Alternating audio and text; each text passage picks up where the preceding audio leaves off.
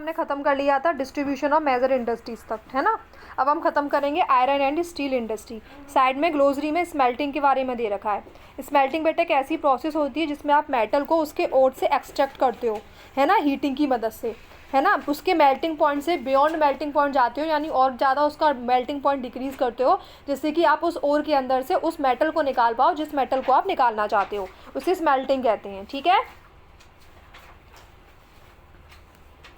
उसके बाद देखो iron and steel industries. Iron and steel industries के अंदर जैसे कि आपकी और इंडस्ट्री होती है, आयरन एंड स्टील इंडस्ट्री के अंदर भी बहुत सारे इनपुट होता है बेटा, फिर प्रोसेस होता है और फिर आउटपुट होता है, ठीक है। ये फीडर इंडस्ट्री होती है क्योंकि इसके जो प्रोडक्ट होते हैं ना वो दूसरी इंडस्ट्रीज़ में जाकर के किसका काम करते हैं, इसके प्रोडक्ट दूसरी इंडस्ट्रीज़ में जाकर के हेल्पफुल होते हैं, यानी उनकी हमारी आयरन की और जो स्टील की जो मशीन बनी हुई होती हैं उनको हम दूसरी इंडस्ट्रीज़ के अंदर लेकर के जाते हो, वहाँ पर फिर वो उनके लिए फीड का काम करती हैं, है ना। मशीन्स जो है फीड का काम करती हैं, मतलब मदद करती हैं और प्रोडक्ट्स को बनाने में। इनको हम डायरेक्ट मार्केट में जाके यूज़ नहीं करते, बल्कि ये किसी और इंडस्ट्री में रॉ मटेरियल के तौर पर भी यूज़ होती हैं। आपका इनपुट बेटा इसमें क्या होगा, एक तो आयरन ओर होगा, एक कोयला और एक लाइमस्टोन होगा। इसके साथ साथ इसमें पैसा चाहिए, कैपिटल चाहिए, साइट चाहिए, साइट मतलब एक जगह चाहिए, ठीक है, जहाँ पे ये सब काम होंगे, और अदर इंफ्रास्ट्रक्चर चाहिए। प्रोसेस क्या होती है, आप आयरन ओर को स्टील में कन्वर्ट करते हो, ठीक है ना। रॉ मटेरियल में क्या है, आपका बड़ा सा ब्लास्ट फर्नेस होता है जिसमें आप स्मेल्टिंग करते हो, आयरन ओर में से आयरन को बाहर निकालते हो, ठीक है। फिर उसको रिफाइन करते हो और रिफाइन करके उसकी मदद से उसमें से स्टील बनाते हो, है ना, स्टील बनाते हो और अदर इंडस्ट्रीज में उसको रॉ मटेरियल के तौर पे यूज़ करते हो। ये देखो बेटा डायग्राम बना है, 8 टन कोयला है, 8 टन कोयला के अंदर 4 टन आपने क्या लिया, आयरन ओर लिया है, ठीक है। उसके बाद में 1 टन लाइमस्टोन लिया है, तब जा करके आपको 1 टन स्टील मिल रही है। अगर कोई पूछे आपसे स्टील में क्या क्या आपका रॉ मटेरियल होता है, कोयला, आयरन और लाइमस्टोन। क्या होता है बेटा, कोयला, आयरन, लाइमस्टोन, ठीक है, कोयला, आयरन, लाइमस्टोन आपका। अब ये भी देख लो, अगर आपको 1 टन स्टील बनाने के लिए आपको कम से कम 8 टन तो कोयला चाहिए। 1 टन स्टील बनाने के लिए आपको 8 टन कोयला चाहिए, 4 टन उसका आधा आयरन चाहिए और उसका 1 पार्ट कितना, 1 टन लाइमस्टोन चाहिए, ठीक है। तो 1 टन स्टील बनता है इससे। स्टील बेटा टफ होता है, इसे आप इजीली जो है किसी भी शेप में कन्वर्ट कर सकते हो, कट कर सकते हो, वायर भी बना सकते हो। ज़्यादातर जो अलॉय होता है स्टील का, उससे आप क्या करते हैं, छोटे से अमाउंट में अदर मेटल्स को मिला देते हैं। अगर आप स्टील के साथ एल्यूमिनियम मिला देते हो, निकल मिला देते हो, कॉपर मिला देते हो, तो अलॉय बन जाता है। अलॉय आपको बहुत ज़्यादा अनयूजुअल हार्ड भी होता है, टफनेस भी होती है उसके अंदर, और उसके अंदर अपने आप को रेसिस्ट, यानी कि वो रस्टिंग नहीं होता है बेटा। आयरन पर जंग लग जाती है, स्टील पर जंग नहीं लगती है, तो स्टील अपने आप को जंग से बचा पाता है, क्योंकि वो केवल स्टील नहीं होता, उसमें एल्यूमिनियम, आयरन, निकल, एलॉयज से मिलकर अलॉय बना दिया जाता है, मतलब उसको। स्टील जो होता है आपका बैकबोन ऑफ मॉडर्न इंडस्ट्री, अच्छे से याद कर लो इस बात को, ये ठीक है ना। अगर आपसे एमसीक्यू में पूछा जाए कि बैकबोन ऑफ मॉडर्न इंडस्ट्री आपका क्या है, तो आप क्या लगाओगे उसके अंदर, आप उसके अंदर लगाओगे स्टील की। स्टील आपका जो है बैकबोन ऑफ इंडस्ट्री है, ठीक है। क्यों बोला बेटा हमने इसे बैकबोन, क्योंकि आयरन और स्टील के जो प्रोडक्ट है बेटा वो हर इंडस्ट्री में यूज़ होते हैं। शिप बनाने के लिए, ट्रेन्स बनाने के लिए, ट्रक बनाने के लिए, ऑटो बनाने के लिए आप बहुत ज़्यादा स्टील का यूज़ करते हो। यहाँ तक कि पिन और निडल्स भी आपकी स्टील की ही बनी हुई होती हैं। ऑयल वेल्स, ऑयल के जो बहुत बड़े बड़े कुएँ होते हैं, ठीक है, जहाँ पर स्टील मशीनरी का यूज़ किया जाता है। स्टील के पाइप्स भी बनाए जाते हैं, इनसे ऑयल को बड़े बड़े क्षेत्रों में ट्रांसफ़र किया जाता है। मिनरल्स की माइनिंग होती है, वहाँ पर भी आप स्टील के इक्विपमेंट ही यूज़ करते हो। यदि बड़ी बड़ी मशीन्स होती हैं ज़्यादातर स्टील की बनी हुई होती है, क्योंकि हम उनको रस्टिंग से बचाना चाहते हो। रस्टिंग से बचाना चाहते हो तो आपको स्टील से बनाना पड़ेगा उनको, ठीक है। बहुत बड़ी बड़ी बिल्डिंग्स भी स्टील फ्रेमवर्क को यूज़ करती हैं। बट 1800 एडी से पहले आयरन और स्टील इंडस्ट्री जो थी वो कहाँ पर थी, जहाँ पर रॉ मटेरियल होता था। यानी 1800 साल से पहले, 18 सेंचुरी से पहले हम क्या करते थे, हम ये करते थे कि हमारी जो भी इंडस्ट्री होती थी आयरन और स्टील वाली, हम उसको वहीं लगा देते जहाँ पर आयरन स्टील मिलता था। जैसे यहाँ पर मान लो किसी जगह पर आयरन मिल रहा है तो वहीं हमने इंडस्ट्री भी लगा दी, ठीक है, वहीं बगल में ही। लेकिन आइडियल लोकेशन इंडस्ट्री की क्या होती है, ऐसी जगह पे लगाओ जहाँ पे कोयला पास में मिल जाए, है ना, पानी के लिए कैनाल्स भी हो, ठीक है, और रेलवे भी हो। ऐसा क्यों बेटा, कैनाल्स, पानी तो चाहिए, आपको पता है इंडस्ट्री बहुत ज़्यादा पानी चाहिए होता है, कैनाल्स तो चाहिए, रेलवे चाहिए, उसको ट्रांसपोर्ट यानी कोयला भी तो चाहिए। आपने देखा था ना, 1 टन स्टील बना रही है, 8 टन कोयला चाहिए, तो कोयला थोड़ी ना ट्रकों में ढोड़ के आएगा। तो बहुत ज़्यादा कोयला कम समय लाने के लिए आपको क्या चाहिए, ट्रेन्स चाहिए, और ट्रेन्स के लिए रेलवे ट्रैक पास में होना चाहिए। तो ट्रेन की मदद से आप बड़े बड़े उसमें मतलब कि कम समय में ज़्यादा कोयला ट्रांसपोर्ट कर सकते हो, ठीक है। तो ऐसी जगह पे हम इसे लगाते हैं। 1950 के बाद हमने आयरन और स्टील इंडस्ट्री को लगाना शुरू करती है वहाँ पर जहाँ पर बहुत बड़ा एरिया हो, सी पोर्ट के पास में हो, जिससे कि आप टाइमली स्टील वर्क का जो भी सामान है उसे इंपोर्ट और एक्सपोर्ट कर सको, है ना। समुद्र से ही आप, क्योंकि आप अंदर से बाहर लेके जाओगे तो बहुत टाइम लगेगा, पोर्ट के पास में ही आपकी इंडस्ट्री से कि आप इजीली उसको एक्सपोर्ट कर दो अदर कंट्रीज़ में, और अगर आपको कुछ भी रॉ मटेरियल तौर पे मंगाना है तो इजीली आप वहीं से इंपोर्ट कर लो, ठीक है। इंडिया के अंदर आयरन और स्टील इंडस्ट्री को डेवलप किया गया। ये देखो बेटा, ये डायग्राम बना हुआ है आपका। इस डायग्राम के अंदर क्या शो किया गया है, कहाँ लिखा है, हाँ, ये सारे जो एरिया है मेजर आयरन और प्रोड्यूसिंग एरिया है, वो एरिया जो बहुत ज़्यादा आयरन और का प्रोडक्शन करते हैं।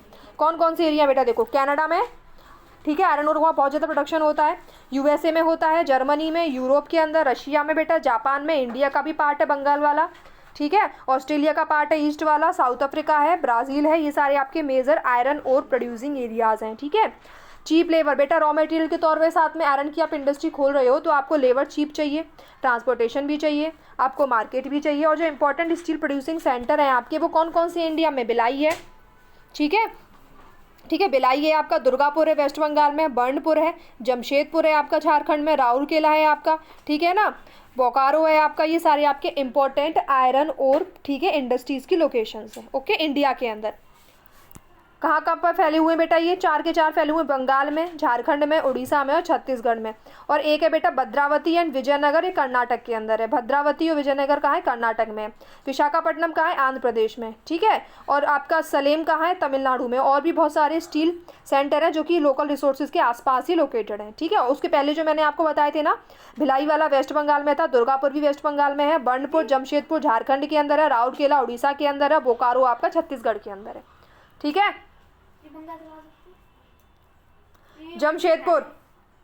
जमशेदपुर में देखो 1947 से पहले केवल एक ही आयरन और स्टील प्लांट था, ठीक है ना। उसका नाम क्या था, Tata iron and steel company limited. क्या नाम था उसका, Tata iron and steel company limited, जैसे आज के टाइम पर भी वो चल रहा है, टिस्को, ठीक है। टाटा कंपनी का नाम सुना है, वही है ये टिस्को, रतन टाटा बोलते हैं। 1947 से पहले की बात है। इंडिपेंडेंस के बाद जो गवर्नमेंट था उसने इनिशिएटिव लिया और बहुत सारे आयरन और स्टील प्लांट को ओपन करा, लेकिन आज़ादी से पहले टिस्को ही था जो 1907 में शुरू किया गया था। झारखंड में एक जगह है, इसका नाम है सांची जगह पर ये शुरू हुआ था, जहाँ पे 2 नदियाँ मिलती हैं, एक है सुवर्णरेखा, एक है खरकई, ठीक है।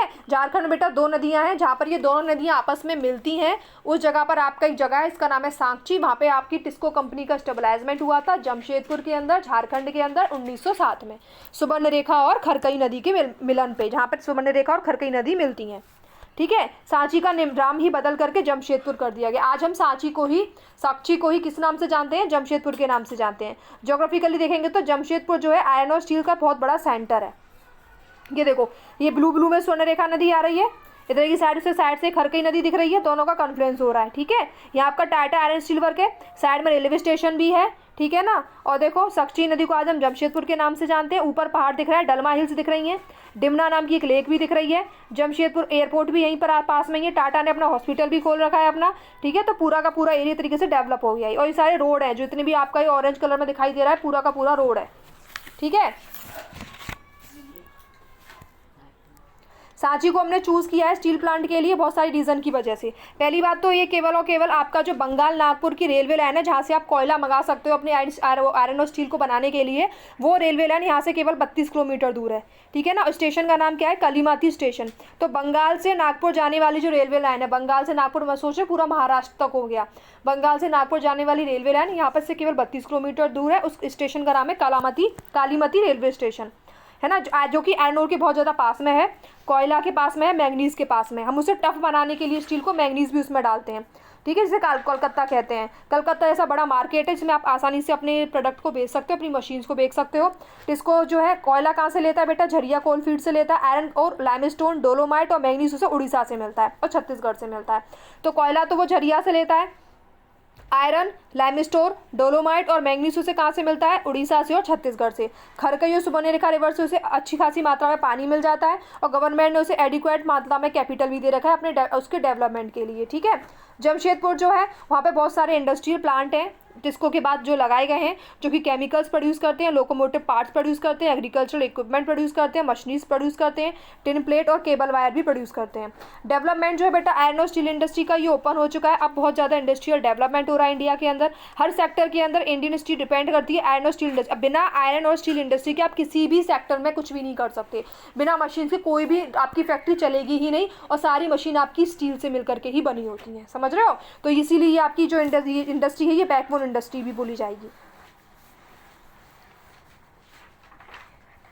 अब देखो बेटा, पिट्सबर्ग नाम की एक जगह है, ये यूनाइटेड स्टेट ऑफ अमेरिका के बहुत इंपॉर्टेंट शहर है, ठीक है ना। पिट्सबर्ग जो जगह है वो यूएसए के अंदर है, और ये यूएसए का जो है बहुत इंपॉर्टेंट शहर है, ठीक है। यहाँ स्टील इंडस्ट्री है पिट्सबर्ग के अंदर, जहाँ पर बहुत सारे एडवांटेजेस हैं। क्या कि रॉ मटेरियल जैसे कि कोयला ये अवेलेबल मिलता है, होता है आपको लोकली। जबकि आयरन ओर जो होता है वो कहाँ से आया जाता है, आयरन ओर वो कहाँ से प्राप्त करता है, एक आयरन माइन है वहाँ पर जिसका नाम क्या है, मिन्नीसोटा आयरन माइन है पिट्सबर्ग के पास में है, तो वहाँ से वो आयरन प्राप्त करता है, ठीक है, जो कि 1500 किलोमीटर दूर है पिट्सबर्ग से। इस माइन के बीच में पिट्सबर्ग जो है वर्ल्ड का बेस्ट रूट है शिपिंग के लिए, शिपिंग ओर को, यानी कि वहाँ पर जो है बहुत अच्छा शिप का सिस्टम है, जिससे कि बहुत ज़्यादा बड़ा मात्रा में आयरन ओर आपको चीपली रेट पे मिल जाता है। आपको पता है ना सबसे सस्ता कौन सा मार्ग होता है आपका, वाटर मार्ग, ठीक है ना। वाटर वे आपका सबसे सस्ता होता है, तो चीप इनको मिल जाता है आयरन ओर। पानी मिलता है बेटा ग्रेट लेक वाटरवे से। ट्रेन्स जो होती हैं वो बड़ी मात्रा के अंदर ओर को करती हैं कैरी। जो ग्रेट लेक होती है पिट्सबर्ग एरिया के अंदर, वहाँ से द ओहियो और मोनोगहेला और एलिगेनी रिवर जो है ये एडिक्वेट मात्रा में पानी भी भेजती है। तो नदियों के नाम है बेटा ये जो मैंने बोला अभी, ये जो लिखा हुआ है आपका ओहियो, मोंगोगहेला और एलिगेनी, ये रिवर्स है। कहीं पे लिखा आ जाए तो पता चल, याद रखना, समझ जाना कि ये रिवर्स के नाम है, ठीक, किसी शहर के नाम नहीं है, ठीक है। हियो, मोंगेला और एलिगनी। आज के टाइम पे कुछ बहुत कम मात्रा में आयरन स्टील मिल्स हैं जो पिट्सबर्ग के अंदर है। लोकली जो वैली है आपकी मोनोगहेला एलिगनी रिवर की, पिट्सबर्ग मोस्टली आपका वहीं से ही पानी लेता है, ठीक है। उसके बाद में आपका जो स्टील जहाँ पर बनता है उसको ट्रांसपोर्ट करता है वो लैंड के रूट से भी और वाटर के रूट से भी। तो पिट्सबर्ग जो एरिया है ना उसमें बहुत सारी फैक्ट्रीज़ हैं स्टील मिल्स के अलावा भी, ठीक है ना। बहुत सारे प्रोडक्ट्स को बनाती है, जैसे कि रेल रोड को बनाने में जो भी इक्विपमेंट यूज़ होते हैं वो भी आपके पिट्सबर्ग के अंदर है। हैवी मशीनरी बनाने में जो यूज़ होते हैं वो भी आपके पिट्सबर्ग के अंदर है। रेल्स को बनाने के लिए में जो प्रोडक्ट यूज़ होते हैं वो भी इसके अंदर है, ठीक है। तो न्यू वाली बुक्स में सिलेबस बेटा इतना ही है, बाकी का जो ओल्ड बुक्स का सिलेबस है ये साथ में लिखा है बेटा। डू यू नो में ग्रेट लेक के नाम है, अच्छे से याद कर लेना, बहुत इंपॉर्टेंट है। Superior lake, Huron lake, Ontario lake, Michigan lake, eerie lake, ये 5 लेक हैं आपकी बेटा, और पाँचों ही बहुत इंपॉर्टेंट है। इन्हीं 5 लेकों को एक नाम दे करके हम ग्रेट लेक बोलते हैं, ठीक है। Eerie, Huron, Ontario, superior, Michigan, ठीक है। Eerie, Huron, Ontario, Michigan, superior. इसमें से सुपीरियर लेक आपकी वर्ल्ड की सबसे लार्जेस्ट फ्रेश वाटर लेक है, ठीक है।